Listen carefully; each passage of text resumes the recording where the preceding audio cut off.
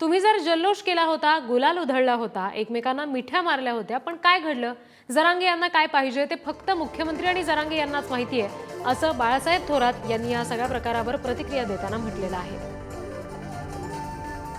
Session सुरू होतंय, उद्या बजेट मांडलं जाणार आहे. पण त्याच्या आधी महत्त्वाचं म्हणजे मराठा आरक्षणासंदर्भातली घडामोड ते म्हणजे जरांगे पाटील आता माघारी गेलेले आहेत.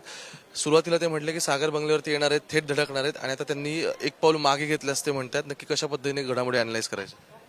याच्यामध्ये एकच आहे की तुम्ही जर जल्लोष केला होता नव्या मुंबईमध्ये, गुलाल उधळला होता, एकामेकाला मिठ्या मारल्या होत्या, तर नेमकं घडलं काय हे तर काय आम्हाला माहीत नाही.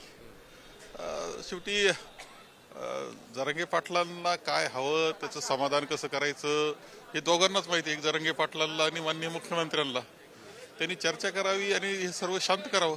पण झालं असं की एकीकडे ते ब्राह्मण असा स्पेसिफिक उल्लेख करतायत, दुसरीकडे ते देवेंद्र फडणवीसांना थेट आता विरोध करू लागलेले आहेत.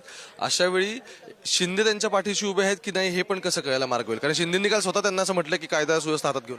नाही, महाराष्ट्राचं खरं म्हणजे आपण पुरोगामी महाराष्ट्र आहे, कधी खरं जातीवादावर याच्यावर जात नाही. पण नेमके जरांगे पाटील कधी कसे दुखावले हे त्यांना विचारलं पाहिजे आणि त्यांच्याकडून समजून घेतलं पाहिजे. त्यांच्या मागणी आहे म्हणजे एकीकडे सरकारने एक दिवस विशेष अधिवेशन घेतलं, पण आता मागणी आहे की सगळे सोयऱ्यांच्या बद्दल तुम्ही पहिले अधिसूचना काढा, ते तुम्ही क्लिअर करत नाहीये. त्यामुळे हे सगळं घडतं असं दिसतं. त्यांचं समाधान करण्याची जबाबदारी शेवटी सरकारची आहे, सरकारनं करावं समाधान. सरकारने त्यांचं समाधान करावं असं आता बाळासाहेब थोरात यांचं म्हणणं आहे. कॅमेरा पर्सन प्रवीण सोबत मी ओंकार, मुंबई.